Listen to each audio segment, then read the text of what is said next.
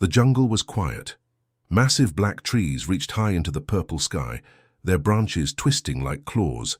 Thick mist rolled along the ground, glowing faintly under the moonlight. Strange birds screeched once, then fell silent. Something in the air had changed. Then a loud, sharp cry tore through the stillness, a creature's death scream, wet, final. Moments later, 5 tall figures stepped through the mist. Each wore armor that shimmered like oil. They stood nearly 8 feet tall with 6 glowing eyes and long curved limbs. Their faces had no mouths, only slits that clicked and hissed. They dragged a massive dead beast behind them. Its neck was broken. Blood leaked onto the jungle floor. One of them, the leader, grunted and looked around with bored eyes. "Another alpha, another kill," he said in their native tongue, a language made of growls and sharp sounds. "No." "Challenge. These creatures are too slow, too soft." Another Zernath spoke. "We need better prey. This is pointless." Suddenly a sharp beep echoed in the leader's ear. A transmission. He lifted his arm and pressed a button on his wrist. A voice crackled through. "Hunter Corps, we found something interesting. A ship crashed on the far edge of the jungle. One survivor, unknown species, biped, alone." Corps' 6 eyes narrowed. "Alone?" "Yes. It escaped the wreck. No." "Weapons?" "No help." He looked at the others. One of them was already pulling up the data. A hologram appeared in the air. A human face, badly burned, wounded, but alive. "What is it?" one of the hunters asked. "A human," Kor said slowly. "They're from a lesser world, weak, but dangerous in groups."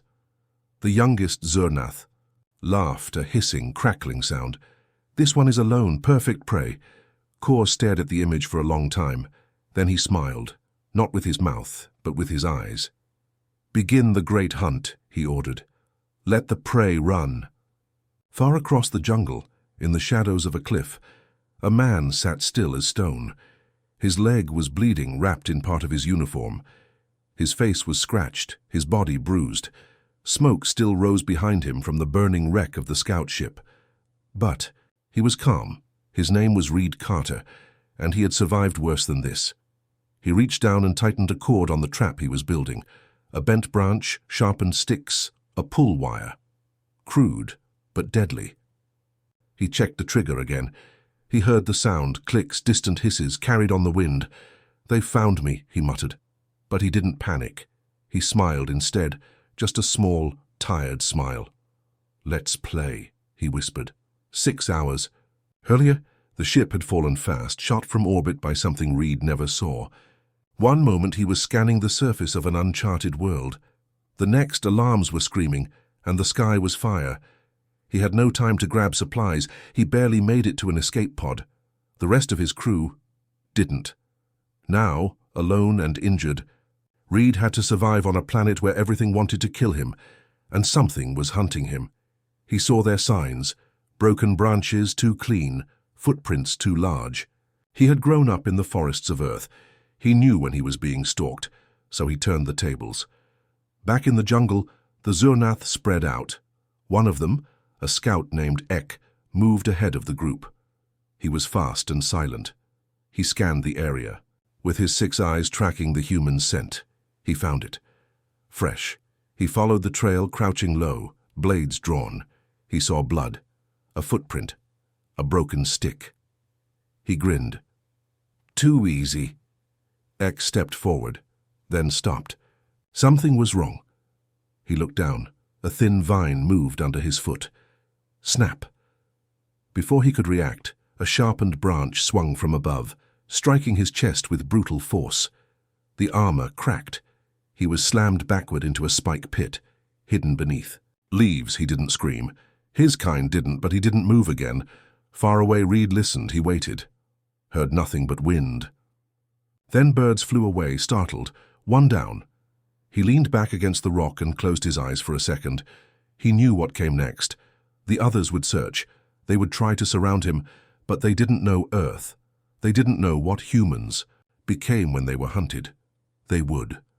The jungle was silent again, but this time it was different.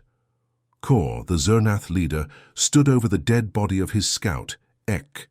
The trap was simple: sharpened wood, pressure vine, and a pit covered in leaves, but it had done what no other prey had ever done. It killed a hunter. Kor's eyes burned with fury. He pulled Ek's shattered body from the pit and laid it on the mossy ground.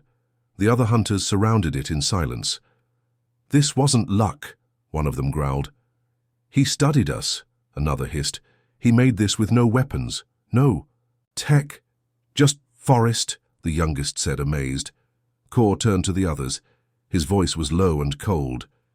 "This is not prey. This is a predator in disguise."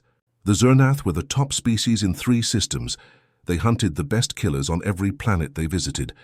But now, one of their own had fallen to a man with no gear, no ship, and no help. It was an insult and a warning. "We adapt," Kor said. "We end this quickly." He ordered 2 hunters to sweep the west, one to flank from the river, and he would go through the ridge path. "If we find him, we don't play anymore. We kill." Miles away, Reed was already moving. He carried a broken piece of Zernath armor in one hand, ripped from Ek's body before leaving the area. In his other hand he held a curved metal blade, sharp and black. It had been on Ek's belt. He studied both items as he walked. "High carbon mix," he muttered. "Ceramic edge, damn sharp and heavy." He tucked the blade into a cloth sheath he'd made from seatbelt straps. Then he pulled out the small round device he'd taken from the fallen hunter's wrist. It blinked red, then green. A tracker? A signal device? He wasn't sure yet, but he would figure it out. Flashback. 7 years earlier. A younger Reed crouched in the snow during survival training on Earth. A voice shouted over a cold wind, "If you don't know your enemy's tools, you don't know your enemy." He remembered that lesson now. As he walked, he laid small traps behind him. Nothing big, just noisemakers, trip lines, sharp sticks hidden under leaves. Things to slow them down, confuse them, make them nervous, because fear was a tool too. Near the edge of the river, one of the Zernath hunters moved carefully. He scanned the trees, the ground, even the air. Nothing. Then he saw it. Fresh blood. A trail of it, leading toward a small hill. He grinned. He followed. The trail led into a thicket, vines, thick brush, and a narrow gap. He pushed through quickly. Click. The hunter froze. The world exploded. A swinging log, covered in sharpened metal spikes, smashed into his side. It launched him into a tree. He hit the ground hard. He coughed once, then lay still. From the treetops nearby, Reed watched. He waited 5 full minutes, then he dropped down, silent as a shadow. He walked over, checked the body, still breathing, barely. He didn't kill him. He didn't have to. Fear and pain were enough. "2 down," he whispered. He grabbed the hunter's pack. Inside, tools, a map device, a communication node. "More tech, more chances. You brought your toys, I'll use them," he said with a grin. Meanwhile, Kor heard the signal. One of his hunters had gone dark. He stopped walking. This wasn't a mistake anymore. "He's not running," Kor growled. "He's hunting us." The jungle was no longer quiet. It breathed now. It whispered and it watched. Kor's team moved with careful steps. Their long limbs, built for speed, were now used slowly, hesitantly. Leaves rustled. Twigs snapped. Even the wind made them flinch. The jungle had turned against them. "He's watching us," hissed Rak, the smallest hunter. "He's not prey, he's something else," said Tull, her voice low. Kor said nothing. But inside he agreed. This human was doing what no prey ever had. He was using the jungle like a weapon. Far above, hidden among thick vines, Reed adjusted the comms device he'd stolen from the second Zernath. The alien tech wasn't hard to figure out. He just needed time. The symbols were strange, but patterns were familiar. One button for location ping, one for call, one for signal strength. He tapped it gently, static, then a soft growl-like voice. He turned the volume down. No sign. Of him on the west ridge, motion detected near river. "All units report in. This place feels wrong." Reed smiled. They were talking. That meant they were worried. He pressed a small leaf against the speaker to muffle the sound. and clipped the device to his shoulder. "Thanks for the walkie-talkie," he whispered. Reed moved like a ghost. He left false trails, broken branches, fake blood made from crushed red fruit, boot prints leading in circles. He placed hanging vines where none belonged. He scraped strange claw marks into trees, anything to confuse them, make them think, make them doubt. Let the enemy feel watched, he remembered from a jungle warfare course years ago. The more they looked over their shoulder, the more they'd forget to look ahead. In another part of the jungle, Rak paused beside a steaming pool of water. He wiped sweat from his scaled brow. He was fast, the fastest in the pack. But speed didn't help here. Nothing did. He heard a noise behind him, a twig breaking. He spun. Nothing. Another snap. From the left. He raised his weapon. A strange bird flew past. He exhaled. "Calm," he muttered. "He's alone. We are many." He moved forward. Reed had seen him coming for 20 minutes. He didn't move, just watched, waited. Let the fear do the work. He pulled out a reflective shard of Zernath armor and angled it at the sun. A quick flash, just a blink of light. Enough. Rak stopped. He saw the flash. He turned wildly, weapon ready. Nothing. Reed made a clicking sound from the trees, just like the Zernath. Soft, subtle. Rak froze. He looked around again, then screaming. Not human. Not him. Another Zernath, far off, had stepped into one of Reed's shadow traps. It wasn't meant to kill. Just confuse. Flash bombs made from his escape pod's survival kit. Loud, bright, echoing. The jungle roared. Kor heard the scream and ran. His massive legs slammed into the ground like thunder. He found Tull, her body smoking, not injured but terrified. Her senses overwhelmed. "It was light," she gasped. "Everywhere. Sound too. I saw shapes. I saw him." "He's playing with us," Kor growled. "He's watching. Always." He turned on the comms. The human's stolen device made a sharp click in the trees above him. A mocking noise, a mimic. The human was using their own signal code to trick them. High above again, Reed whispered, "You hunted me. Now I hunt you." Tull walked near the ancient tree line, her 6 eyes scanning the shadows. She paused at a strange smell, something earthy, unfamiliar. Then she looked down. Too late. The vine trap snapped shut, pulling her leg upward. Before she could scream, a sharp wooden spike, carved from native bark and hardened by fire, shot up from below and hit her armor. Crack. Her armor bent. Not pierced, but it shook her. She howled in anger and cut herself free with her claws, landing hard. She turned in every direction, ready to fight, but there was nothing. Reed was already gone. He watched from the trees. She was spooked. Good. Further. West, Jan was climbing through a steep ridge, trying to get a signal. He grunted as he moved, his heavy feet cracking branches. He was the strongest of the hunters. Heavy armor. Twin blades, but loud. Too loud. Reed tracked him easily. He waited until Jan stopped for water, then dropped a piece of Zernath armor on a nearby branch. It clanged. Jan jumped. He rushed toward the sound, weapons ready, and fell straight into a pit. He roared in pain. Inside the pit were sharpened sticks, covered in mud and oil. They didn't pierce his body, but one leg was clearly broken. He tried to climb out, but the sides were too slick. Above him, a shadow moved. Jarn looked up. "You think you can stop us?" he shouted. Reed didn't answer. He just dropped a small bag of crushed stinger ants into the pit. The creatures inside it screamed. So did Jarn. Far away, Kor felt something strange. He stopped walking. He could feel it now. Fear. "One by one," he muttered. Something was wrong with the numbers. Only 3 of them still responded. The rest, silent. No death alerts, just quiet. Too quiet. "He's not killing to win," he growled. "He's killing to teach." That scared him more than anything. Back in the trees, Reed cleaned the blade he'd made from a crash panel. He remembered his instructor's voice from years ago. When you're outgunned, you don't fight head-on. You make them chase ghosts. You become the thing they fear. He smiled. He wasn't running anymore. They were. Night fell again. The jungle changed color. The trees turned dark blue. The animals stopped singing. The Zernath had always owned the night, not anymore. Rak was alone, walking through deep fog. Suddenly he heard something. Breathing, not his own. He turned left, then right. He raised his weapon. Show yourself. Silence. Then a flash of movement. He fired blindly. Nothing. He turned around again, too slowly. A rope wrapped around his neck, pulled tight.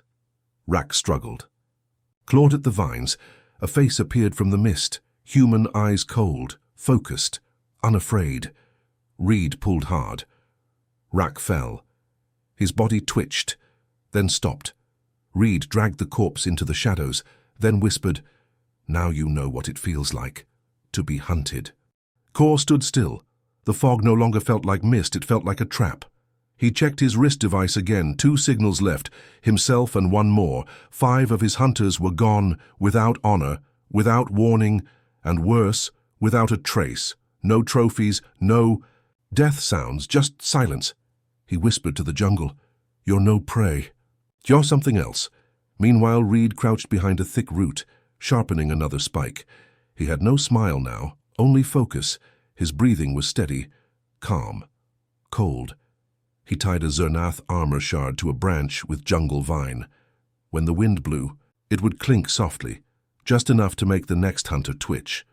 Reed had stopped surviving. Now he was hunting. The remaining Zernath, named Gar, stumbled into a clearing. He was the youngest, fast but nervous. His weapon flickered with energy. His eyes darted everywhere. Suddenly he heard laughter, human laughter. It echoed in the trees. He spun around. "Show yourself!" A wooden puppet dropped from a tree, a crude figure shaped like a Zernath hanging by its neck, burned into the puppet's chest. "I see you," Gar screamed and fired at it. Nothing, just echoes. He turned to run. Snap! His foot caught in a rope trap. He was yanked upside down, hanging by one leg. Reed stepped out of the trees, face covered in mud, eyes cold as ice. "Are you scared?" Reed asked. Gar growled. "You are just one." Reed tilted his head. One was enough. He slashed the rope. Gar fell hard. Reed was on him in seconds, fighting with a knife and a stick like it was a sword. Gar swung wildly, but Reed ducked low. Then, crack. Reed shoved a sharpened branch into the alien's side. Gar screamed, then stopped. Reed stood over the body, breathing heavy now. He looked up at the jungle canopy. He remembered a moment, long ago. His survival instructor's words. Survival isn't just about tools. It's about belief. If they believe you're already dead, they fight harder.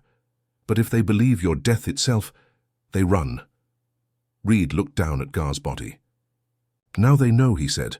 Kor saw Gar's signal blink out. He clenched his fists. This wasn't a hunt anymore, this was war, and he was losing. Suddenly, something strange happened. Kor received a data ping, unauthorized, a human distress beacon. Blinked only once, then vanished. It was bait. He knew it. But he had no choice. He moved toward the signal's last location, each step, heavier than the last. The jungle watched him now. He could feel it. He passed by a tree. Words carved into it, in alien language. "Running yet?" Kor growled and smashed the tree. "Face me, coward." No answer, just a light breeze and the smell of smoke. He turned a corner and saw fire. Reed had lit a small patch of grass, just enough to cast long shadows. In the center of the fire circle stood Reed, covered in mud, blood, calm. "Looking for me?" Reed said. Kor stepped forward. Both raised their weapons, then ran at each other. The fight was brutal. Reed dodged fast. Kor struck hard. Metal clashed. Wood cracked. Blood sprayed. But Reed used the fire's light. He moved in and out of the shadows. He struck from angles Kor couldn't follow. Then, finally, Reed rolled under a blade, slammed a burning stick into Kor's side, and drove his knife into the alien's lower ribs. Core dropped, breathing hard, dying. "How?" he gasped. Reed crouched beside him. "Because you thought I was prey." He stood. "But I'm what hunts monsters." Core's eyes went dark. Reed looked up at the jungle sky. Night quiet, but not peaceful. He wasn't done yet. Not until he found a way home. He grabbed Core's comlink and whispered, "Come get me." Reed sat alone in the clearing. The jungle was quiet again, but he wasn't. He was working. With blood on his hands, mud on his face, and alien armor scattered around him, Reed built something, not a weapon, not a trap, a message. He took Core's comlink, attached wires, and typed with quick fingers. The signal blinked once, then again. "Human distress signal. One survivor. Immediate extraction requested. Coordinates locked," he smiled. "Let's see who answers."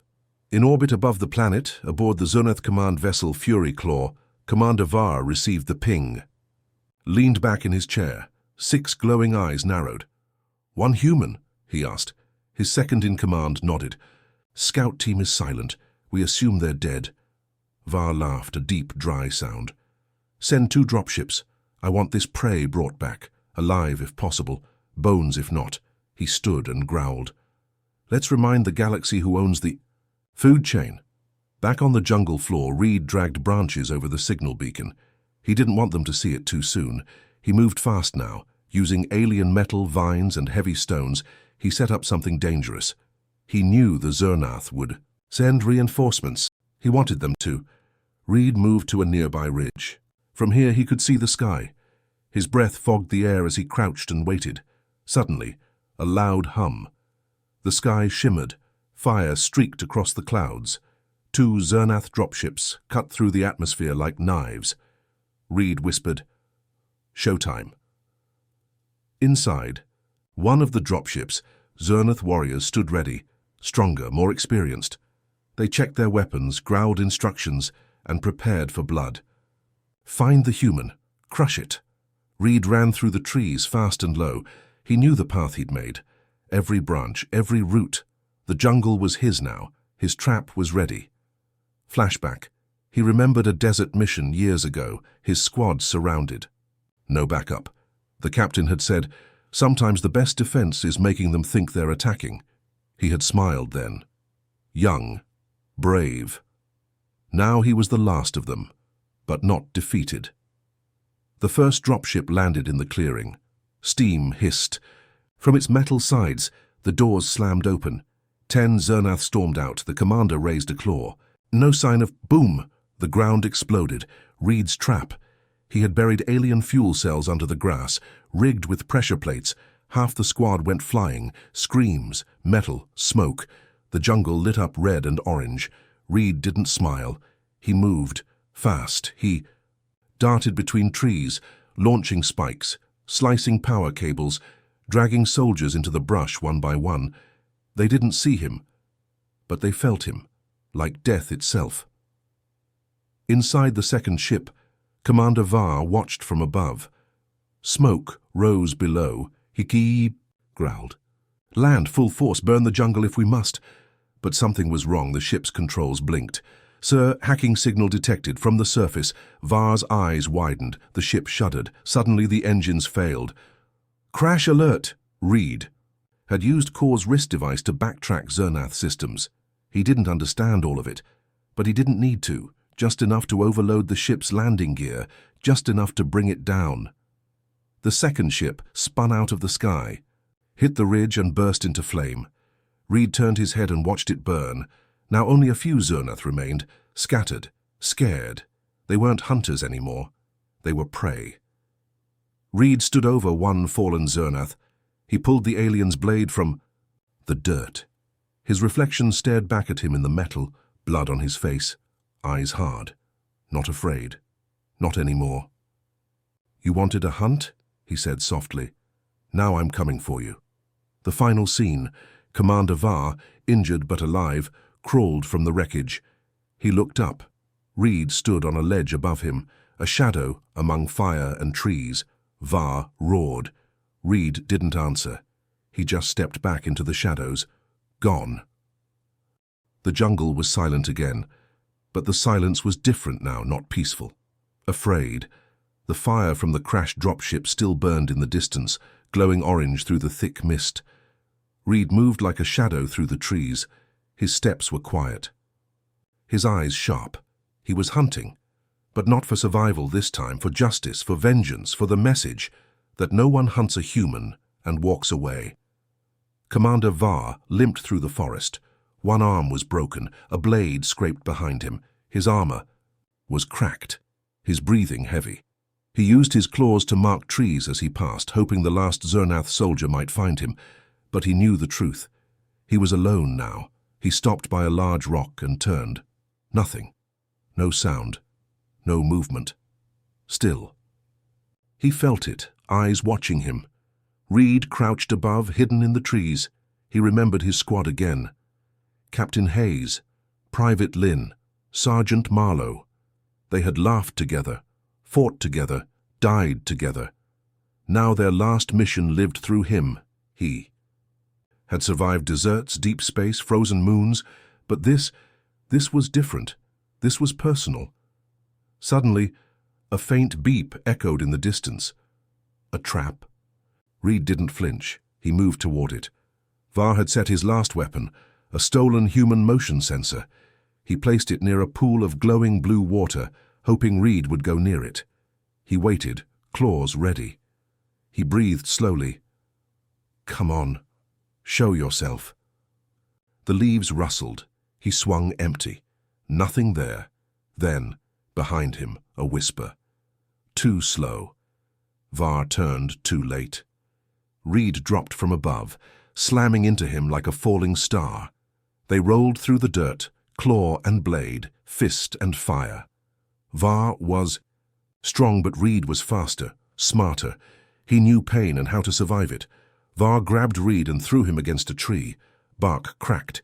He raised his blade. Reed smiled through blood. Thanks for making me stronger. He grabbed a spike from his belt, one of the alien tools, and drove it into Var's side. Var screamed, then silence. Reed stepped back. Var dropped to his knees. You are not prey.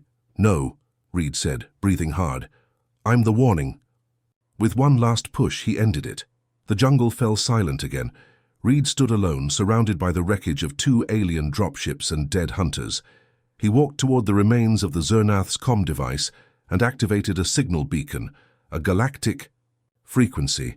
He stared into the small camera and said, "To anyone watching, Earth is not prey. Humans are not hunted. Remember this planet. Remember what happened here. Tell your kind. We don't run, we don't beg. We fight." He clicked the transmission off, then turned and walked into the jungle. Some say he was rescued weeks later by a human patrol ship. Others believe he never left the jungle, that he waits, watches, protects. No one knows for sure, but one thing became clear across the galaxy. After that day, the Zernath never hunted humans again, not out of pity, out of fear. Because the deadliest thing, on any planet, might just be a human. The stars shined above the jungle, quiet, peaceful. But space is never quiet for long. Orbit, weeks later. A small human scout ship broke through the clouds. It circled the burned forest. The jungle below was scarred, trees, shattered blackened craters from the crash, and strange alien wreckage spread across miles. Inside the ship, Lieutenant Mara Cole stared at the scans. Multiple alien life signatures. "You'll terminated," she muttered. The pilot beside her zoomed in. "Wait, one human signal, low heartbeat, very faint." Mara grabbed her gear. "Drop me, now." Under the ground wreck site, Reed lay near the ruins of the first Zernath dropship, half buried under branches and ash. He had walked for miles, bleeding, silent, alive, barely. He wasn't sure how long he had rested. Days? Weeks? But he stayed close to the wreck on purpose, for the signal, for someone to find him, just in case. His eyes opened slowly at the sound of approaching boots. For a second, his instincts kicked in. Trap? Enemy? But then he saw the patch. UNSS, Earth. Recon Command Human. He relaxed barely. Lieutenant Mara knelt beside him. You're lucky to be alive. Reed tried to smile. Luck, or just stubborn? Name? Reed, Staff Sergeant, crash survivor. That is the understatement of the year. Mara looked around. Did you do all this? Reed didn't answer, just closed his eyes again. You're a legend already, Sergeant. Aboard the Human. Frigate, debrief room. Reed sat in a clean uniform, stitched and bandaged. He stared at a screen showing Zernath faces, records from the mission. Across from him, Captain Dana Morrigan reviewed the report. You took out 13 Apex-class Zernath hunters alone. They started it, Reed replied quietly. Dana nodded. Command wants to bury this. If the Zernath knew one human did this, they might retaliate. Reed's eyes narrowed. Or maybe they'll never come near humans again. She studied him for a moment. You want to go back out there? Reed looked out the window at the stars. If they're still hunting, someone has to hunt them back. Elsewhere, a dark moon. Deep in space, far from the jungle planet, a massive Zernath warship hovered above a dead moon. Inside, the surviving members of the High Hunt Council gathered in silence. A hologram of Reed played on a table. The final transmission he sent. We don't run, we don't beg, we fight. The leader, older and scarred, tapped his claws slowly. This human alone? Yes, one replied. Then they are not prey. They are something else. They spoke of Earth, of warnings, of changing the hunt. But one voice, a younger commander, growled, or we learn, adapt, and next time, we finish what we started. The others stayed silent. The debate had begun, and somewhere in the stars new orders were forming. Back on Earth, 1 month later, Reed stood by a quiet lake, watching birds fly overhead. Peace, but not forever. A new ship landed nearby. A sleek black vessel, no insignia. A door opened. An officer in dark grey stepped out. We're putting together a team, Sergeant. Reed didn't turn. To do what?